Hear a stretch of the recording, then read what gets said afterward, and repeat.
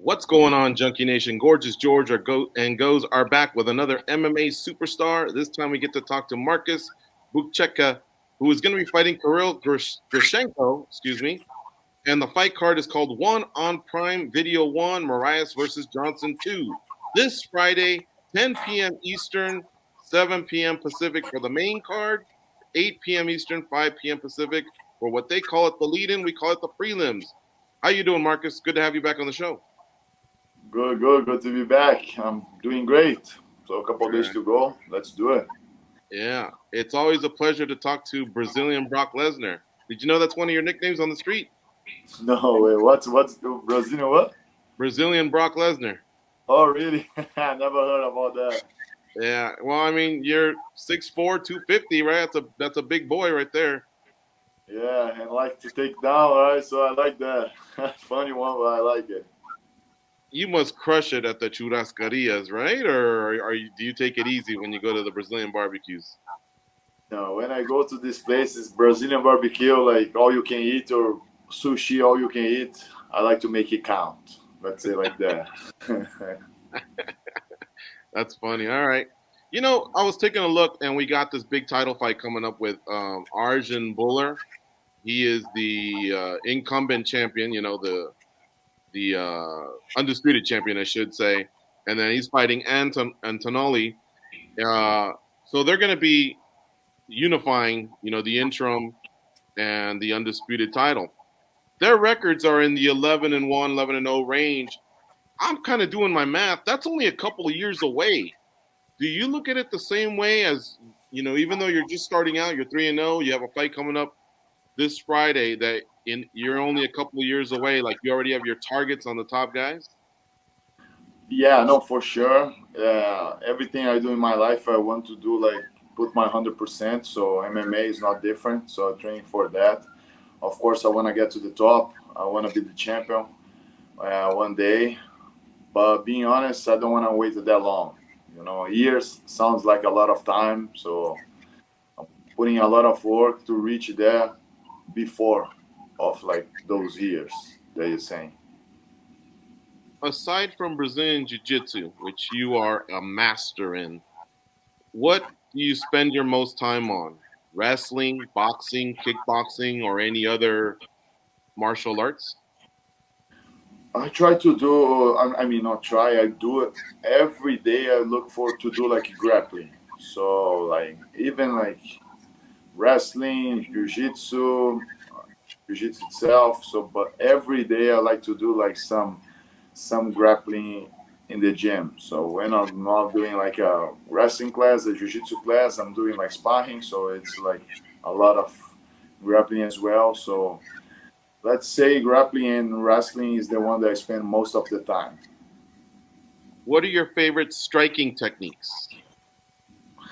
I like to stick with the basics. So like 1-2s, kicks, calf kicks, and that's what I like the most. The calf kicks have really, really changed the game. How would you rate your calf kicks? I mean, not just calf kicks, but like I throw some high kicks as well. So like I like to mix a lot, but I I stick with the base kick a lot. So like my kicks are not my best weapon, but when I'm learning, I like to try everything. So it's not good, but getting there. Marcus, I know that you can't share your entire game plan with us, but in your head, when you think about this fight and you think about the result, what are some things that you see accomplishing in this fight? I see my game is getting a lot of better. I'm feeling way more confident in the cage. So when the door closes, I'm not the kind of guy that want to leave like as soon as possible. So if I have to be there for 3 rounds, I'm ready to do it. But if I'm saying that I want to fight 3 rounds, I'm mine. Like I want to finish as soon as possible if I have the opportunity. So if I get the job done in the first round, that is like mission accomplishment for me. What is your mindset like for a big grappling match versus a big MMA match? Is your mood any different? Does it feel different? Or at the end of the day, is competition competition? It's funny because like it's really different. I used to be way more like nervous to fight like a world championship final than when I the door closed to fight MMA. So I felt that I thought it would be like way different. But when I looked to my opponent, like I just say like I trust too much in my jiu-jitsu. I trust too much in my skills, and I'm gonna get the job done. And that's what goes through my mind when the door closed, and let's do it. So best thing that I'm doing, and it's to I choose to be there in that moment. So nobody put me there. So that was like my choice.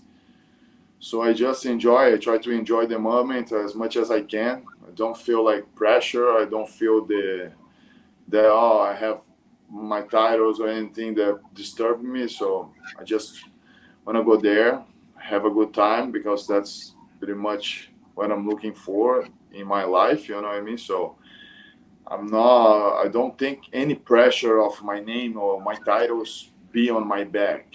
So I take that everything away when I go there. I just wanna do what I'm training to do.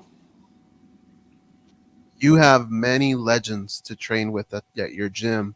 Can you maybe share a story, some advice that maybe another fighter gave you that helped you change your game a little bit?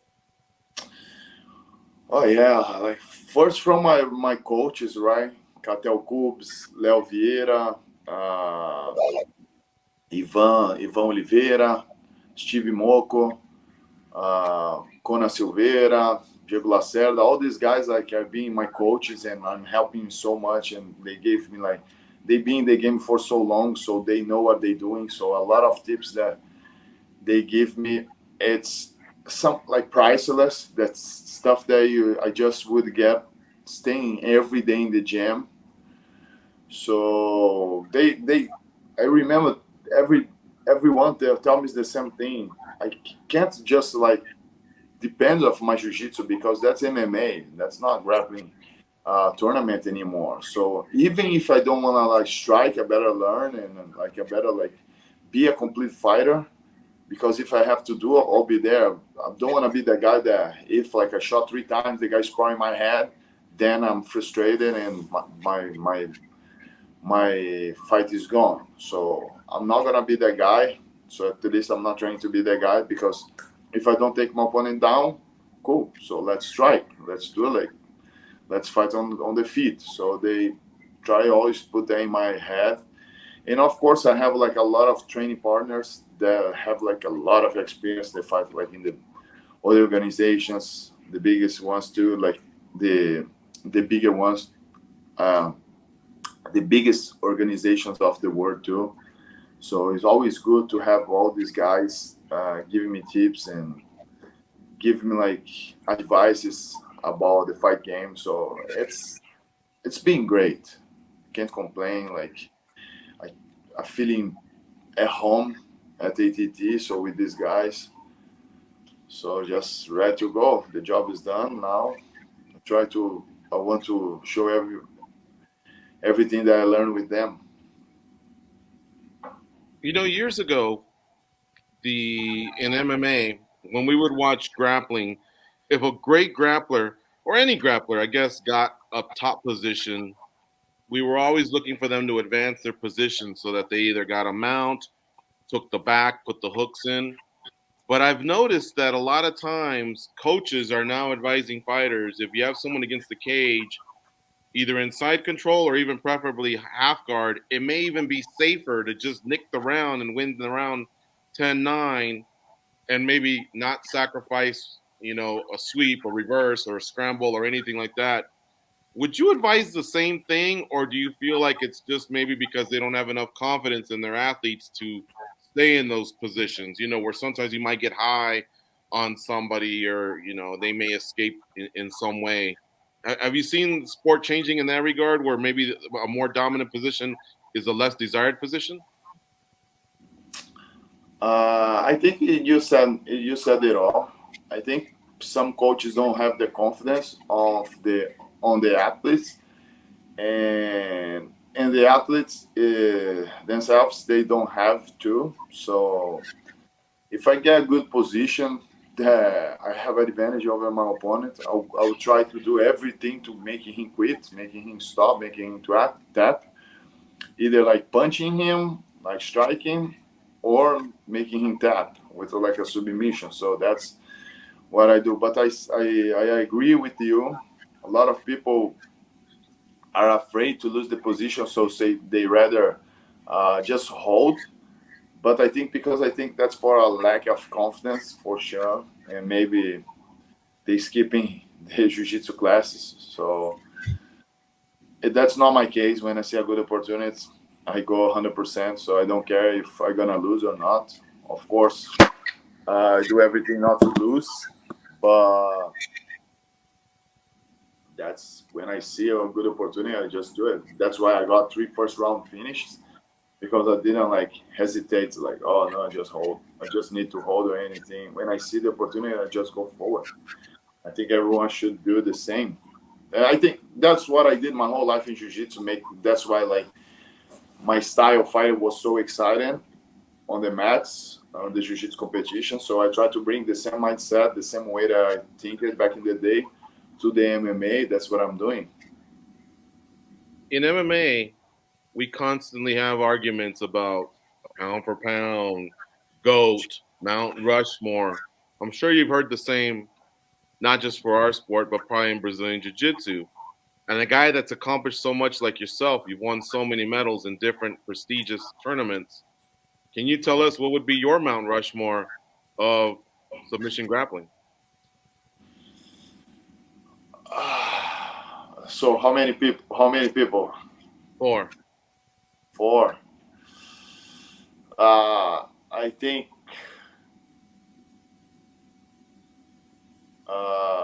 I'll put myself right. Yes.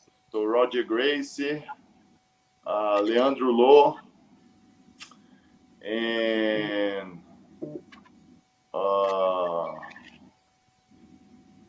Rodolfo Vieira. Okay. Who did you leave out? Who did you think? You look like you thought about it for that last one. You're like, oh, Rodolfo Villar, but who was close? Leonardo Vieira, my coach, because I think he was the one that changed the game. So I was like, I would squeeze one more. So let's put 5 in my. Yeah, I mean, technically, Mount Rushmore is it's in the United States, so I'm not even sure of your culture in Brazil. Maybe you guys have some sort of you know, a location of that has 5 representatives. I don't know what I'm trying to say here, but a lot of times we'll say a starting 5, for basketball, or well, it doesn't have to necessarily be 4. It's just Mount Rushmore just has caught on in MMA, but you can make your own version, honestly, of however you think about it. So I think that's the 5 names that I would pick. Was like those.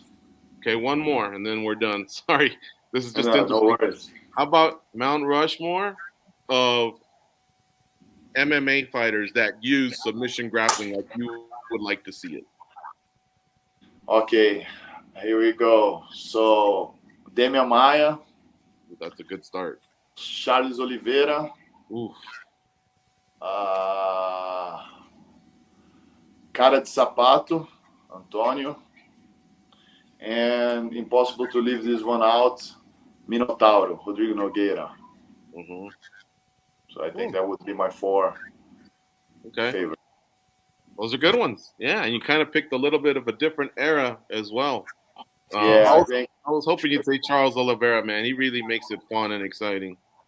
Yeah, so I think he used the jiu-jitsu so well. So this guy was the one that, if I could squeeze one more, like I did the grappling one, I would squeeze BJ Penn in too.